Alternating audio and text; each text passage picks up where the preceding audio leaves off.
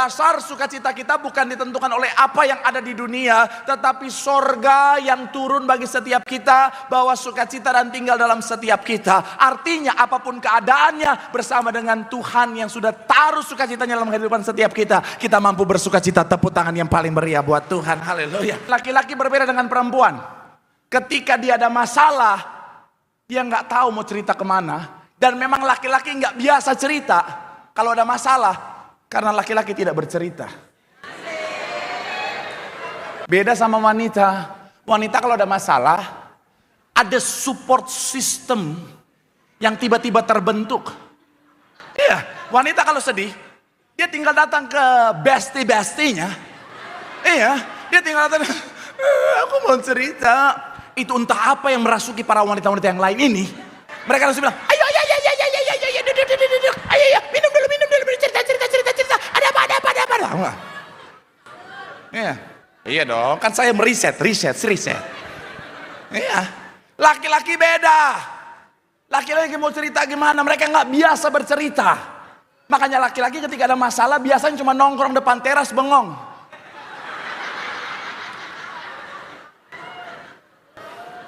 Iya, nongkrong depan teras bengong. Dia mau coba cerita ke istri. Sayang, apalagi sih, lebay banget lo laki-laki. Ya, nggak sampai di situ. Kalaupun dia terlanjur ngomong, sayang, tadi aku di kantor dimarahin atasan, pasti gara-gara lu yang salah. Memang lu tuh, lu. Makanya ada banyak suami-suami stroke ringan. Betul para pria? Tuh. Saya mau bilang ya, bukan karena saya laki-laki saya ngomong gini, tapi saya mau bilang buat para wanita, laki-laki juga punya perasaan. Betul para pria? Jangan begitu Bu, bertobat. Kasihan suamimu. Saya mau bilang sekali lagi ya, kalau kau mau suamimu panjang umur, please Bu, jaga perasaannya. Amin para pria? Tuh. Kasihan. Saya mau bilang, Pak, jamin juga Pak. Iya. Kalau ada masalah di luar jangan bawa di rumah Pak. Istrimu nggak tahu apa-apa Pak. Jangan pulang-pulang istri lagi masak tiba-tiba apa lu mau gue tonjok mau nyonoin. Ada apa Pak? Nggak tahu. Muka lu ngeselin aja. Tuhan Yesus. Kemudian bapak-bapak, yuk Pak, transferan lancar. Ya. Karena ada korelasi antara transferan dan sukacita istri. Ya, kalau istri transferan lancar sukacitanya. Shalom anak muda. Jangan menikah dengan pasangan yang suka cari masalah. Ya, hal-hal kecil dipermasalahkan, Nggak suka ketenangan, ada yang macam begitu, ada. Ada, apalagi para pria. Shalom para pria. Ada wanita-wanita yang memang nggak suka ketenangan. Mereka selalu bilang, I like problem. Jadi kalau tenang-tenang mereka nggak bisa. Mereka akan memancing situasi untuk jadi emosi dan amarah. Bisa dimulai dengan pertanyaan, kalau aku jadi ulat kamu masih cinta nggak sama aku? Nah. Ada banyak laki-laki amatir suka ngomong gini, udah masakan kamu nggak akan mungkin jadi ulat. Jangan jawab begitu. Bilang sama dia, kamu mau jadi apapun aku tetap mencintaimu. Itu. Iya. Salah satu pertanyaan yang harus waspada adalah bilang begini, kalau tiba-tiba, ini foto temen aku cantik nggak dia? Nah, pesan saya, please jangan jawab. Karena kalau kau jawab iya salah, kau jawab tidak salah. Solusinya gimana Pak Pendeta? Menghilang. Saya hari ini ada yang udah 4 kali orang nanya, Pak Pendeta, capek nggak sih? Kok nggak ada capeknya? Jadwalnya kan padat banget saudara. Tadi pagi aja saya baru subuh-subuh pulang dari Tegal, KKR Tegal. Saya semangat sekali khotbah di Tegal. Kenapa? Karena di sana itu perdana. Mereka bikin KKR besar, saudara. Makanya saya, Tuhan, untuk jiwa-jiwa di Tegal, saya berangkat, saudara. Naik kereta, walaupun pulang subuh. Semangat, saudara. Saya tanya, capek nggak sih? Saya mau bilang, saudara, capek lah.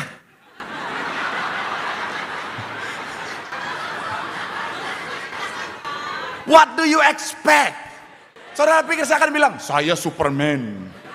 Manusia kuat. Enggak, capek. Pendeta juga manusia. Ya. Pagi-pagi jam 7 sesi pertama udah Karawaci. Tapi kenapa saya kuat? Karena sukacita. Apalagi lihat jemaat Tuhan yang Tuhan percayakan saya layani, ketawa, sukacita. Betul. Saya bukan, mohon maaf, bukan gombal ya. Aku tuh jujur banget. Aku, oh my God. Ini tuh, ini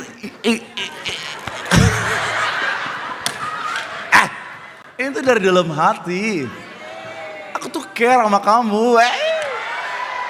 Bener loh, kemarin kan saya tanggal 26 misalnya, itu kan udah padat banget jadwal saya saudara. Cuman tanggal 26 itu sebenarnya bisa saya tidur seharian. Tapi saya kepikiran, waduh kasihan ya, maksudnya saya kan punya yayasan, saya bikin acara-acara untuk ke panti-panti dan lain sebagainya. Saya kepikiran ada banyak oma-oma di tanggal 26, oma-oma, opa-opa itu di tanggal 26 itu mereka nggak bisa merayakan Natal. Kenapa? Karena jauh dari rumah, keluarga udah meninggalkan mereka. Jadi saya ajak tim saya, yuk yayasan kita bikin acara. Capek nggak? Capek banget. Harus siapin makanan, ada 150, 180 makanan saudara. Kemudian makanan dan semua bikin acara di sana. Tapi begini, ketika khotbah, ketika saya ajak mereka main games, joget-joget, itu saya lihat oma opa, walaupun udah gemeter gitu, abis itu saya bikin lomba fashion show, ada opa-opa mohon maaf udah sakit pinggang tapi jalan masih tetap, tapi sukacita mereka menguatkan saya, saudara. Jadi sekali lagi saya mau bilang, saudara, ayo bersukacitalah. Bilang sama kanan kirimu, bersukacitalah. Dalam sukacita ada kekuatan. Tepuk tangan yang paling meriah buat Tuhan. Haleluya. Shalom para pria. Ada banyak pria kadang-kadang berpikir begini, aku akan sukacita sepanjang masa kalau punya pasangan yang cantik. Apakah iya? Belum tentu. Karena ada orang mukanya baik, hatinya nggak baik. Kalaupun baik muka dan hati, tetap saat-saat tertentu semua akan keriput pada waktunya. Dan kalau sudah keriput, artinya kalau dasar sukacitamu dari situ, sukacitamu akan hilang. Betul ya? Saya tahu biaya maintenance, saya suka bilang kan, biaya maintenance bisa membuat istri cantik. Tapi kan ada masa waktunya. Mohon maaf ya, mau suntik sana, suntik sini, tarik sana, tarik sini. Tetap ada masanya, memang udah gak bisa lagi. Ada seorang ibu, kaya raya, undang saya untuk berdoa di rumahnya. Ini konglomerat saudara, undang saya. Kemudian saking konglomeratnya rumahnya penuh birokrasi saudara. Dari depan gini dulu, akhirnya saya nyampe disambut asistennya. Oke, silakan disuruh duduk dulu di ruangan tamunya saudara. Terus dia bilang, Pak sebentar lagi nyonya akan turun ya. Oke. Saya duduk di ruang tamu bersama tim saya, dia turun saudara. Saya kaget ibunya ketika lihat saya langsung.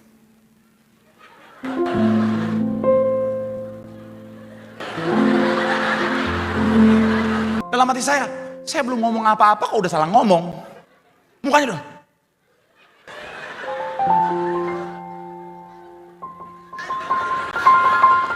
Tapi kan saya menganalisa ya, karena sepanjang saya di sana mukanya begitu terus. Saya tahu, ini pasti nih. Yes, kan saya pendeta industri yang juga di endorse ya, saya ngerti ya.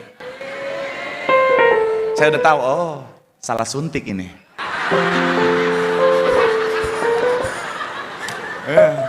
Kencang sih kencang. Tapi kalau salah suntik, kencang banget.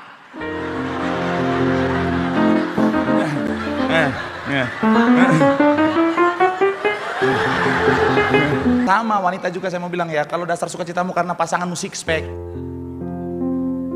bertahan berapa lama, nggak usah bertahun-tahun. Survei membuktikan 9 dari 10 laki-laki 5 tahun setelah menikah buncit. Ya, contohnya siapa? Saya suka rajin olahraga. Dimanapun minimal kalau nggak ada tempat fitness saya push up segala macam biar tetap ramping. Tapi setelah menikah, setelah negara api menyerang, membesar juga. Sampai 3 minggu lalu anak saya bilang gini dari bawah, dia lihat saya, lihat papi, di perut papi ada dedek bayi. Hei anak muda, jaga lisan Anda. Jangan sampai sukacita kita dari hal yang tidak kekal. Kadang-kadang kita tuh, ya bukan cuma kadang-kadang, sering happy kalau doa kita udah dijawab.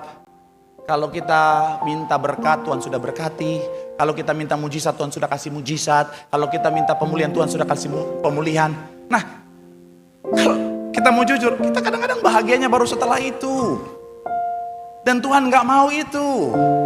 Karena kalau kita seperti itu, artinya dasar atau sumber kebahagiaan kita masih yang di luar kita. Sesuatu yang semu, yang sangat mudah diporak-porandakan sama si jahat, saudara. Omongan orang, tindakan orang, situasi yang tidak mengenakan. Kita lihat terus what you focus on will grow. Makanya gak sukacita. Tapi kalau kita arahkan kepada Tuhan, Tuhan sumber sukacita yang sejati. Tuhan sumber sukacita yang sejati. Dan kabar baiknya, ada jawaban doa yang Tuhan sediakan. Karena dalam sukacita, mulutmu ada kuasa, doanya mau dijawab Tuhan. Tepuk tangan yang paling meriah buat Tuhan. Bilang sama kanan kirimu, bersukacitalah. Mulut kita ada kuasa, doa kita pasti dijawab Tuhan. Tepuk tangan sekali lagi yang paling meriah buat Tuhan. Misalnya rumah saudara segede Betos. Oke, nah, saudara kalau membersihkan rumah dengan sukacita itu bisa lebih kuat. Iya, kalau saudara sukacita, bersihin rumah bersama Yesus. Lakukan perkara besar bersama Yesus. Tidak ada yang sukar. Tiba-tiba udah selesai. Coba kalau saudara nggak ada sukacita, rumahnya tuh RSSSSSSSS. Rumah sangat sempit, selonjor saja susah sekali. Rumah isi 4 orang, kalau mau lewat-lewat langsung. Ya. Tapi karena nggak ada sukacita, mau bersihin. Tukang sayur tadi naikin harga 2.000 lah. Akhirnya apa? Dikit-dikit capek. Makanya tempat fitness kalau saudara lihat, lagu-lagunya kan lagu-lagu pembangkit semangat. Betul ya? Kalau saudara fitness kan lagu-lagunya kan memang yang apa misalnya?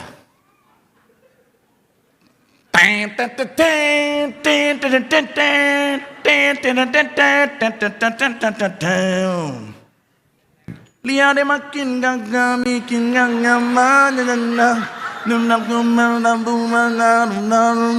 merah. Ya. Jadi karena sukacita beban angkat. Lihat dia makin gagah dari jana, rambut merah, merah, merah, merah, merah, merah. Kakak makin gagah. Ya.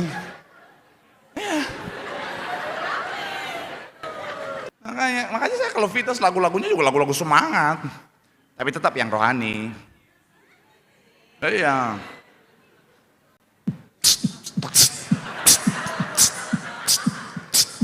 Ku pandang wajah dan berseru. Ya. Aduh. Seberapa sering kita nyakitin hati Tuhan. Kadang-kadang kita tuh, mohon maaf ya, kadang-kadang kita tuh jadi anak Tuhan yang gak tahu diri memang kadang-kadang, saudara. Tuhan udah baik, tapi kita berkali-kali menyakiti hati Tuhan. Tuhan udah kasih segalanya, Tuhan sudah berkati luar biasa. Tapi ada banyak anak Tuhan, mohon maaf saya harus ngomong, gak tahu diri. Bikin dosa terus. Ayolah, cukup nyakitin hati Tuhan. Sadari kasih Tuhan, sehingga jangan menjauh dari Tuhan. Kasih Tuhan luar biasa bagi setiap kita. Pak, tapi kalau saya lihat diri saya gak layak, Pak. Karena kau lihat dirimu dari perspektifmu sebagai manusia. Karena kalau kita lihat diri kita dari perspektif Tuhan, dalam segala keadaan apapun kita tetap berharga di mata Tuhan. Ya kan? Wanita udah dandan berjam-jam di depan kaca. Tapi kenapa seringkali ya ngerasa ada yang kurang terus. Pernah ngalamin gak sih? Wanita-wanita pernah gak? Jadi udah lama dandan tapi ngerasa kurang. Kenapa? Karena kita melihat diri kita dari kacamata kita sebagai manusia. Begitupun kita sama Tuhan. Dari sudut pandang kita selalu kurang, gak layak. Tapi di sisi Tuhan yang sangat mengasihi kita selalu layak, kita berharga di mata Tuhan. Tepuk tangan dulu yang paling meriah buat Tuhan. Tapi balik lagi, jangan sia-siakan kasih Tuhan itu. Gembala Sidang selalu bilang apa? Hidup dalam pertobatan. Pertobatan tiap hari bertobat. Jatuh, bangkit lagi. Tapi jangan mempermainkan kasih Tuhan juga. Jangan, gak apa-apa ya. Nanti bertobat, sekarang bikin dosa dulu. Gak usah ikutan, itu lagu rohana. Tetap hargai kasih Tuhan. Hidup dalam pertobatan. Supaya kapanpun untuk Tuhan, saudara dan saya dapat dalam keadaan setia. Supaya sama seperti penglihatan Gembala Sidang kita. Ketika gereja ini dibangun, jemaat Tiberias, lautan manusia berjumpa dengan kekudusan dalam kerajaan sorga. Tepuk tangan sekali lagi yang paling meriah buat Tuhan. Sadarilah bahwa Allah sangat mengasihi setiap kita.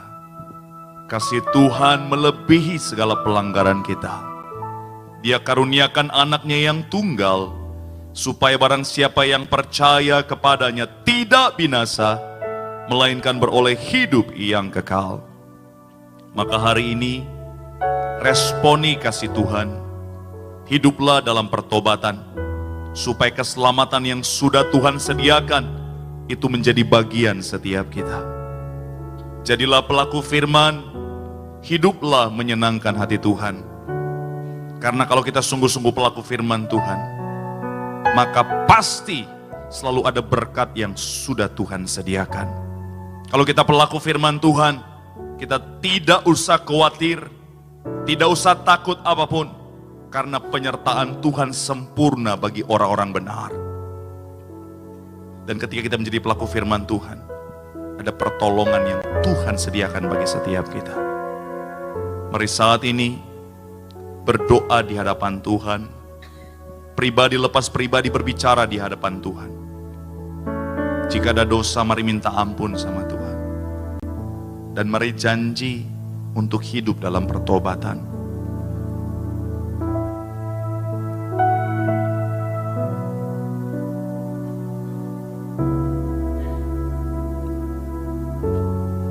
Jika ada kebutuhan, mari minta sama Tuhan.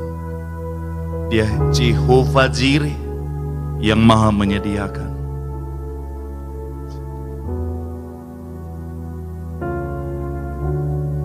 Kalau ada sakit penyakit, mari minta kesembuhan. Dia Jehovah Rafa, tabib di atas segala tabib, sanggup menyembuhkan. Mari pribadi lepas pribadi doa di hadapan Tuhan.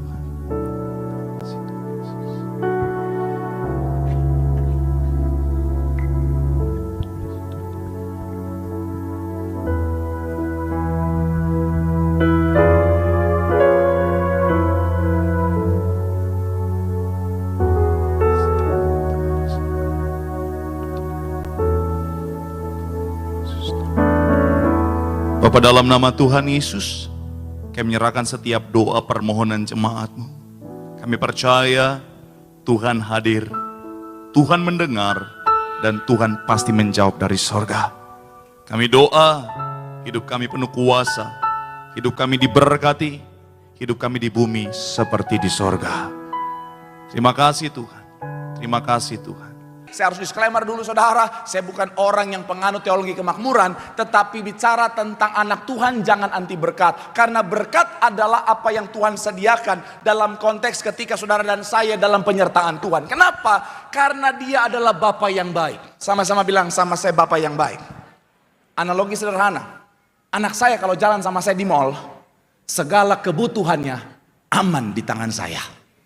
Betul dong? Orang tua saya percaya punya pemahaman, pemikiran yang sama, bahwa kita tuh sebenarnya sebagai orang tua, kita tuh punya yang namanya naluri untuk menyediakan keperluan anak-anak kita, saudara. Kenapa? Karena kasih orang tua kepada anak, betul? Anak saya kalau jalan sama saya, segala kebutuhannya, dia nggak perlu cari uang, dia nggak perlu sediakan uang, biar bapaknya yang menyediakan, saudara. Dan saya mau bilang saudara, Alkitab mencatat Bapa yang jahat saja tahu memberi apa yang baik buat anak-anaknya. Apalagi Bapa kita di sorga.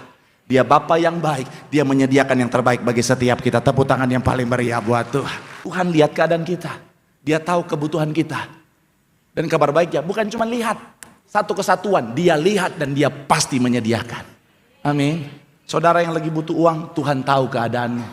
Saudara yang lagi butuh untuk melunasi utang-utang, Tuhan tahu keadaanmu. Saudara yang lagi butuh supaya ada pemulihan dalam bisnismu, dalam rumah tanggamu, dalam karirmu, dalam pekerjaanmu, dalam kesehatanmu, kabar baiknya Tuhan tahu.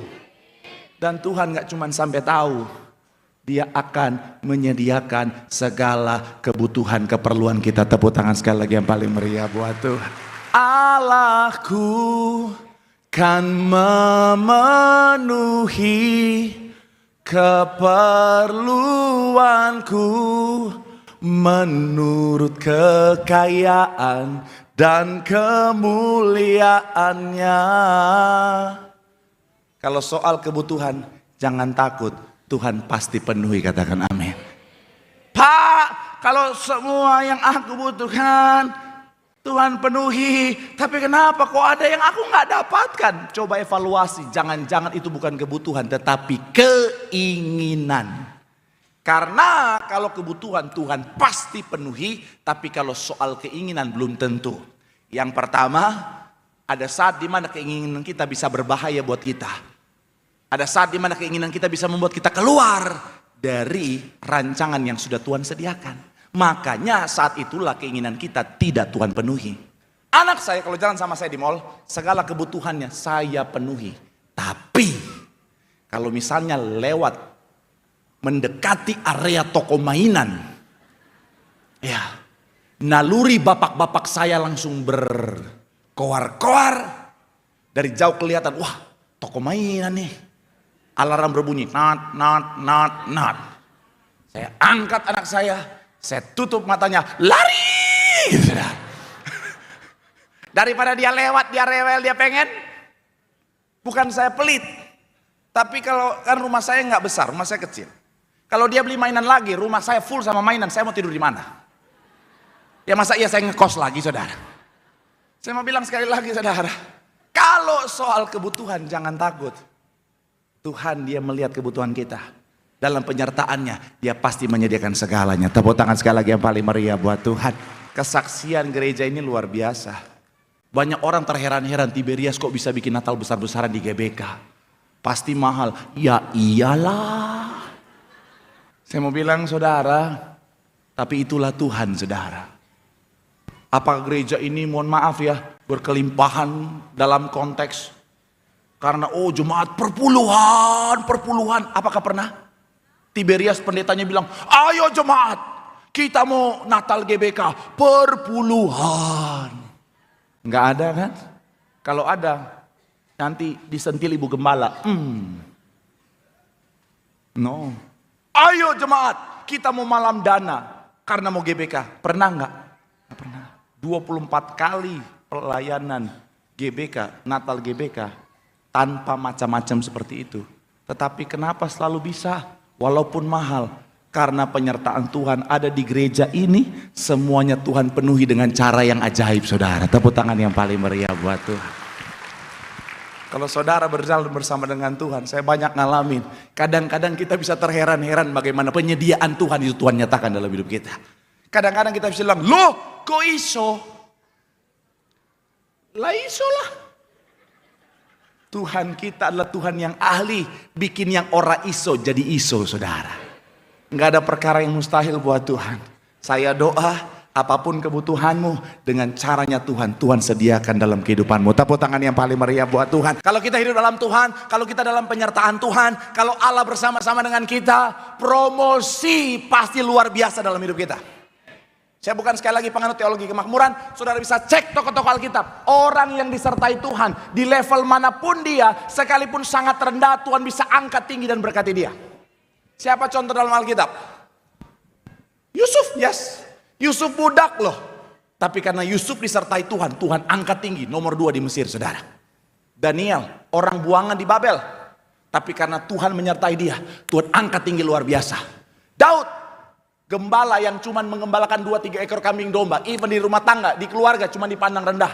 Tapi karena Tuhan menyertai dia. Setelah dia diurapi, roh Tuhan bertata atas dia. Penyertaan Tuhan membawa dia pada posisi jadi seorang raja. Nggak peduli level mana kita.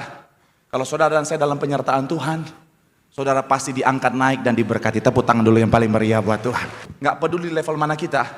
Kalau saudara dan saya dalam penyertaan Tuhan, saudara pasti diangkat naik dan diberkati. Tepuk tangan dulu yang paling meriah buat Tuhan. Tapi yang saya mau bilang, di balik berkat, di balik promosi, ada orang iri hati.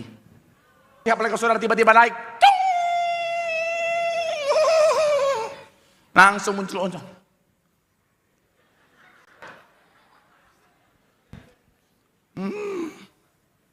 Karena saya mau bilang saudara, pada kenyataannya, orang yang mau kita lebih daripada dia hanyalah orang tua kita saudara.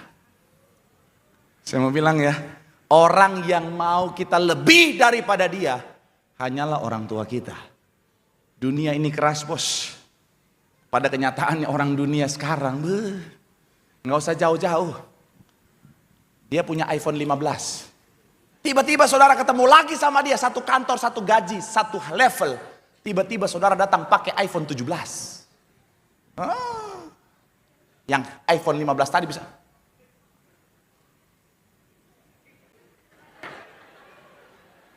Pasti kredit itu, kredit. Ngutang-ngutang dia ngutang. Atau nggak pinjol dia pinjol. Iya kan? Apalagi mohon maaf ya, di dunia ini ada orang namanya orang NPD. Jenis psikologi yang nggak bisa lihat orang lain lebih daripada dia. Mulai naik orang lain, langsung dia rancangkan jahat, langsung dia nggak betah hatinya, ingin jatuhkan, fitnah dan lain sebagainya. Banyak. Pernah ketemu orang seperti itu? Pernah ngalamin ketika diberkati di fitnah orang? Pernah ngalamin ketika naik pengen dijatuhkan orang? Ada yang bilang, Pak puji Tuhan saya nggak pernah ngalamin, karena selama ini saya yang pengen jatuhin orang Pak. Oh Tuhan Yesus. Orang mungkin boleh punya rancangan jahat buat kita. Orang mungkin punya manuver untuk menghancurkan kita. Orang boleh merancangkan senjata untuk menyerang setiap kita. Tetapi kabar baiknya, jika Allah di pihak kita, siapakah lawan kita? Rancangan jahat sanggup Tuhan ubahkan jadi rancangan berkat. Tepuk tangan yang paling meriah buat Tuhan. Haleluya. Gembala sidang kita itu saudara, kan Tiberias kan, mohon maaf ya, dengan segala kerendahan hati ya. Tiberias ini gereja yang Tuhan ketika mulai melayani, karena memang diperintahkan Tuhan, melesatnya luar biasa saudara.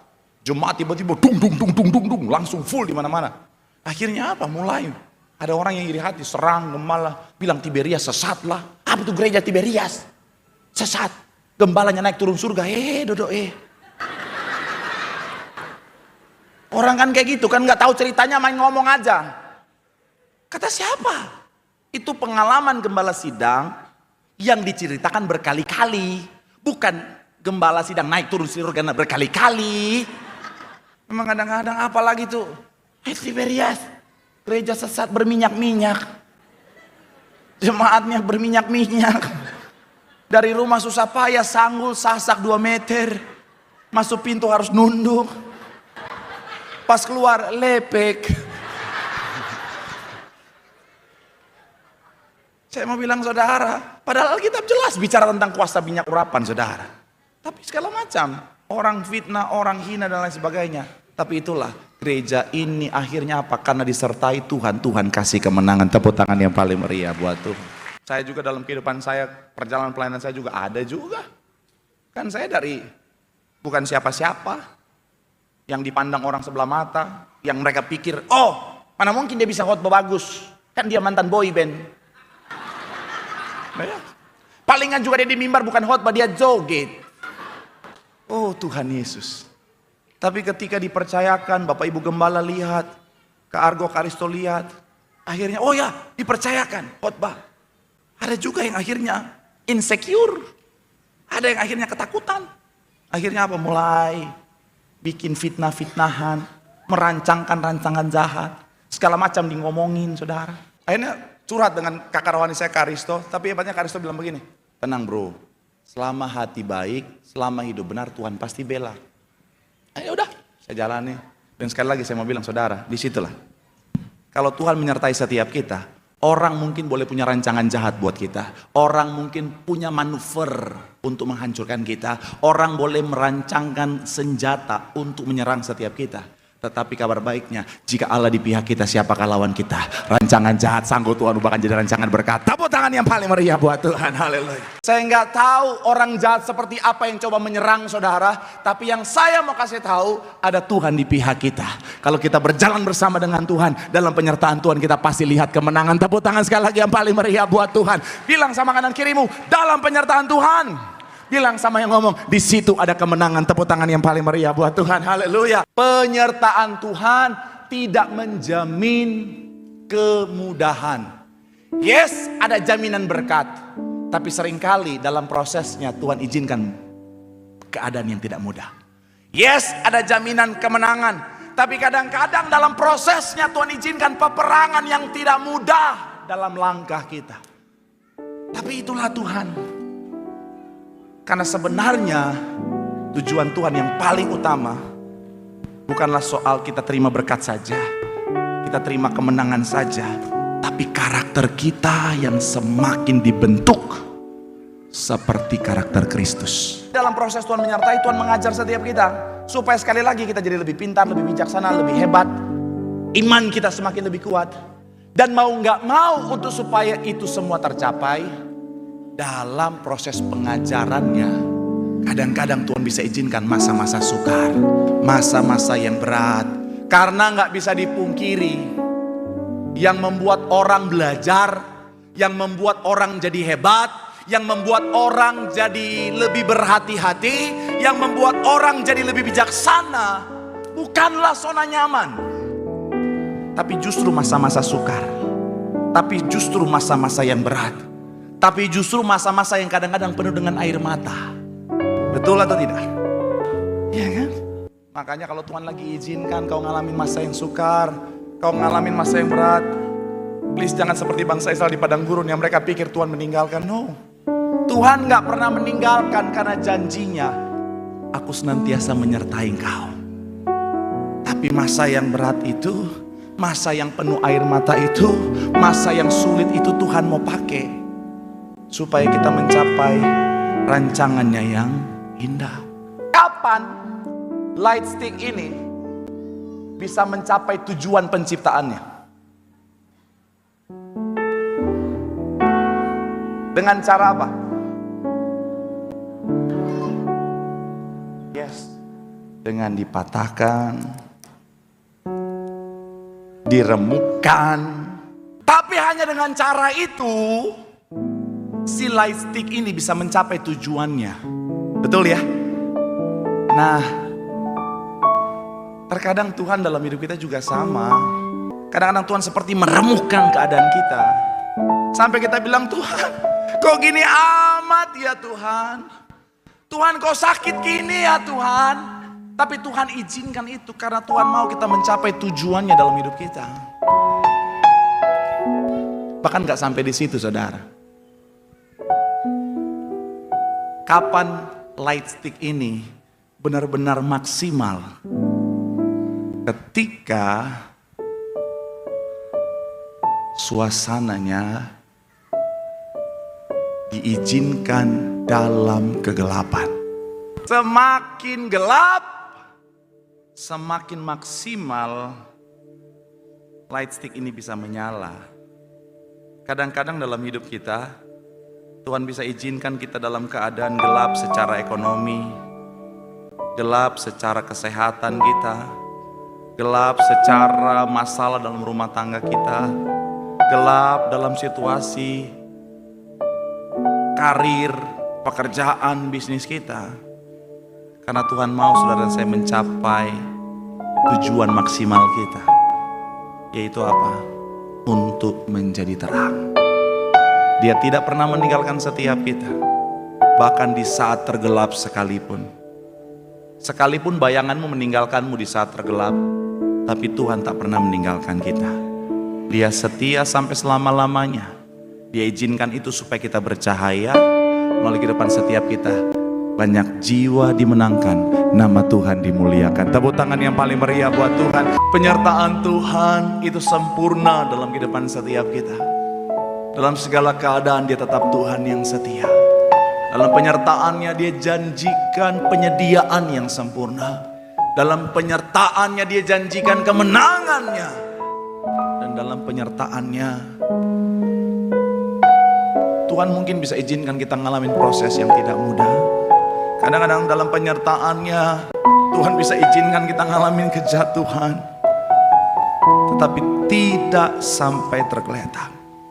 Karena semua Tuhan izinkan untuk membentuk iman kita, untuk membentuk karakter setiap kita, supaya kita serupa kembali dengan gambaran anaknya. Jangan menyerah, bangkit lagi, melangkah lagi.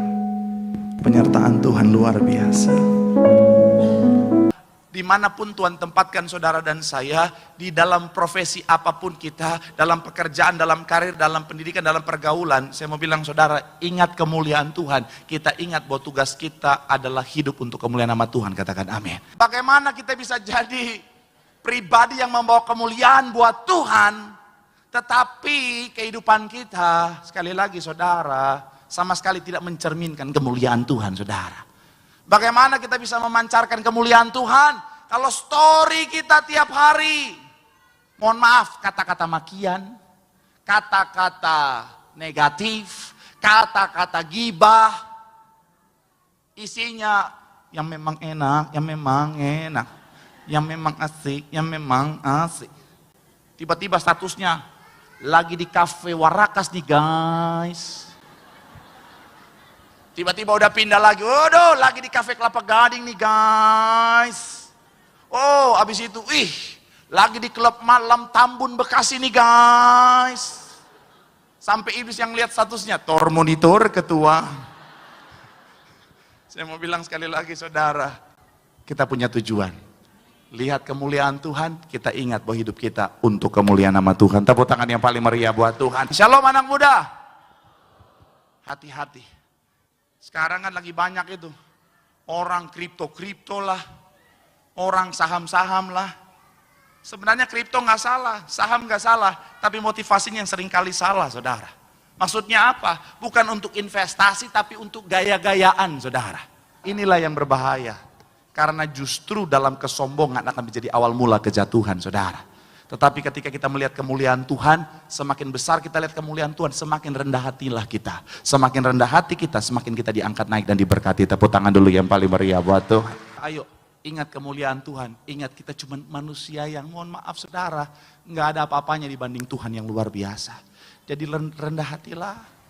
Jangan mau sombong-sombong, janganlah. Anak-anak muda apalagi zaman sekarang fenomena iPhone 17. Ayo. Karena beli iPhone 17, padahal kredit 12 tahun. Udah kayak KPR rumah saudara. Kredit 12 bulan, bukan 12 tahun. Tapi taruh.